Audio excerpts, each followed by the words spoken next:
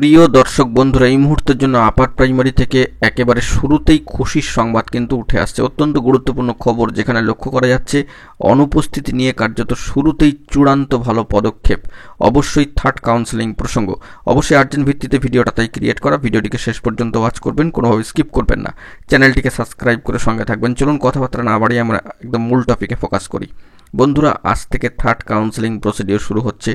Schedule deadline চলে এসেছে, notification ইতিমধ্যেই আগে হয়ে গিয়েছিল এবং আমরা জানি যে 28/1/2025 থেকে 31/1/2025 পর্যন্ত 28, 29, 30, 31 এই 4টি ফেজে তৃতীয় কাউন্সেলিংয়ের দফা কিন্তু আরম্ভ হচ্ছে এবং সেই নিরিখে আরম্ভ হয়ে গিয়েছে এবং সেই সূত্র ধরেই উঠে আসছে একেবারে শুরুর দিন থেকেই চূড়ান্ত পদক্ষেপ অনুপস্থিতি নিয়ে। কার্যত এই বিষয়ে অবশ্যই ধন্যবাদ, কৃতজ্ঞতা জানাতে হচ্ছে পশ্চিমবঙ্গ আপার প্রাইমারি চাকরি প্রার্থী মঞ্চ এবং গুরুত্বপূর্ণ সদস্যদের। সেই নিরিখে উঠে আসছে একজন প্রার্থী, সম্মানীয় প্রার্থী, তিনি আজকে কিন্তু অনুপস্থিত থাকছেন এবং তিনি চাইছেন একজন বেকারযোগ্য বন্ধু তার জায়গায় চাকরিটি পাক, সমৃদ্ধি বয়ে আনুক।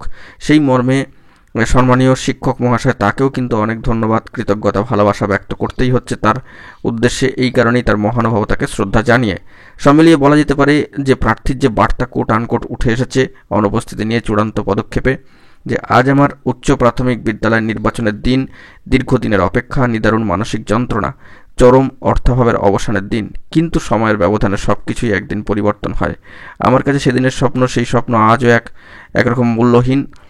কার্যত আমি প্রাথমিক বিদ্যালয়ে একজন সহকারী শিক্ষক।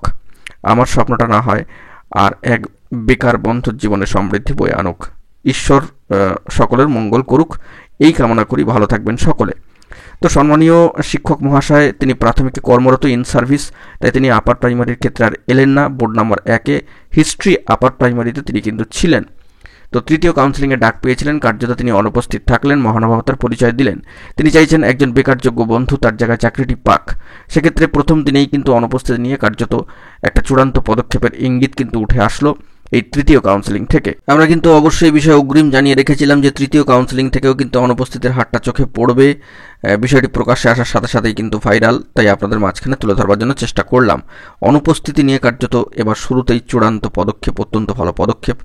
সম্মানীয় বিশিষ্ট শিক্ষক মহাশয় এবং পদপ্রার্থীকে অবশ্যই ধন্যবাদ, কৃতজ্ঞতা কিন্তু জানাতেই হচ্ছে। এখন এটুকুই, সকলে ভালো থাকবেন, চ্যানেলটিকে সাবস্ক্রাইব করে নিয়ে সঙ্গে থাকবেন জরুরি আপডেটগুলি পাওয়ার জন্য। ধন্যবাদ।